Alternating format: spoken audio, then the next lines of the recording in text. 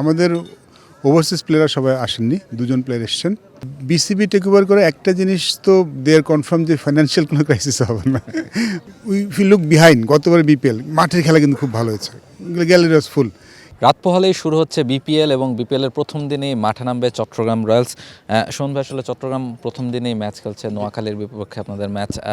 সব মিলিয়ে বিপিএলের আগের প্রস্তুতি, যদিও আপনি শেষ সময় এসে জয়েন করেছেন, তারপরেও যদি জানান যে টিমের কী অবস্থা। So far so good. আমাদের ওভারসিজ প্লেয়াররা সবাই আসেননি, দুজন প্লেয়ার এসছেন। তো কালকে হয়তো আমাদের পুরোপুরি পূর্ণ শক্তি নেমে হয়তো আমরা মাঠে নামে ওভারসিজ প্লেয়ার দিক থেকে।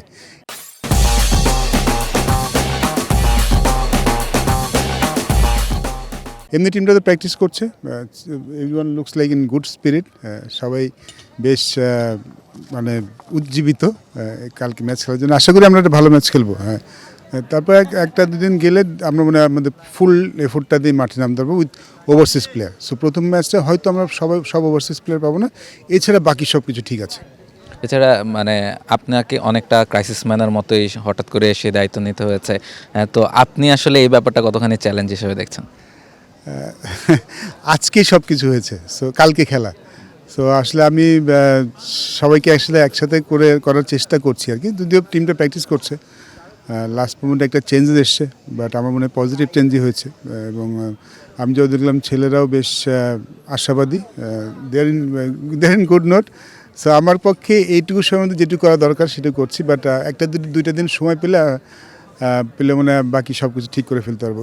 It's a challenge, definitely it's a challenge. BPL is a challenging tournament, but আমি সবসময় চ্যালেঞ্জটা উপভোগ করি। আশা করছি যে চট্টগ্রামও এবার ভালোই করবে। আপনি বলছিলেন যে প্লেয়াররা উজ্জীবিত, এটা কি একটা দিক মনে হয় কিনা যে বিসিবি টেক ওভার করার পর তারা আসলে খানিকটা আশ্বস্ত বোধ করছে এবং তারা একটু কনফিডেন্স এনাফ যে সব কিছু মিলে ঠিকঠাক মতো তারা ম্যাচটাগুলো খেলতে পারবে বা বিপিএলটাতে পার্টিসিপেট করতে পারবে? বিসিবি টেক ওভার করে একটা জিনিস তো দেয়ার কনফার্ম যে ফাইন্যান্সিয়াল কোনো ক্রাইসিস হবে না। তাহলে one thing for sure. At the same time আমার মনে হয় আমাদের ম্যানেজমেন্ট টিমটাও আরও স্ট্রং হয়েছে। আগেও ভালো ছিল, বাট এখন মানে আরও স্ট্রং হয়েছে। এবং প্লেয়ারও তো আসলে চায় একটা সুন্দর পরিবেশ চায়, এবং চায় যে ম্যানেজমেন্টের জন্য ভালো স্ট্রং ভালো ম্যানেজমেন্ট থাকে, coaches, trainer, physio.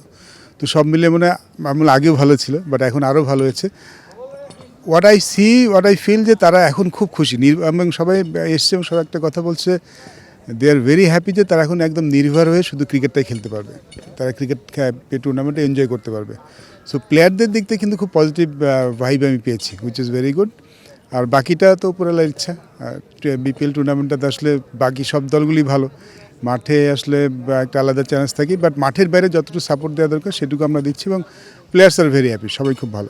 I think এখন সবাই একটা খুব ভালো পরিবেশে খেলতে পারবে। এক্স্যাক্টলি। এবং লাস্ট একটা কোশ্চেন, যে চট্টগ্রামের না বিসিবির পার্ট হিসেবে আপনাকে জিজ্ঞেস করছি যে মানে এবারের বিপিএলটা সফলভাবে আয়োজন করা আপনাদের জন্য কতখানি ইম্পর্টেন্ট আসলে, বা এই বিপিএল আগে নানা রকম আলোচনা হয়েছে, ফলে একটা বিপিএল মাঠে গড়াচ্ছে, এখনও নানা রকম আলোচনা আছে, শেষ পর্যন্ত মাঠের ক্রিকেটটা কতখানি ভালো হবে বলে এক্সপেক্ট করছেন?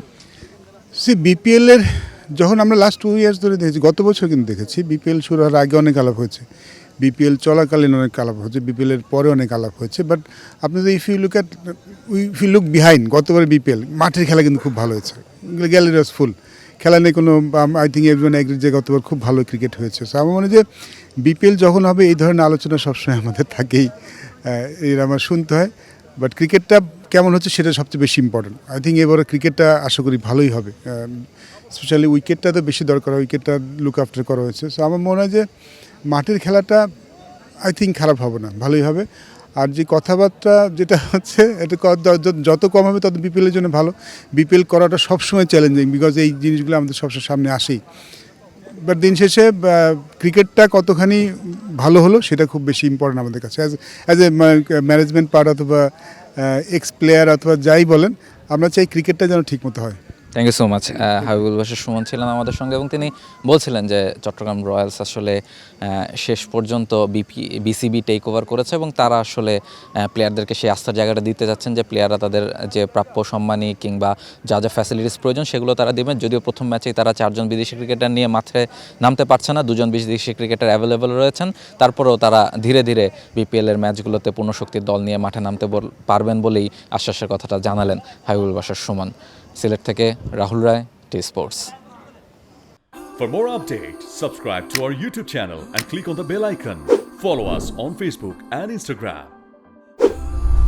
Download T Sports app to enjoy exciting games and highlights. Visit tsports.com.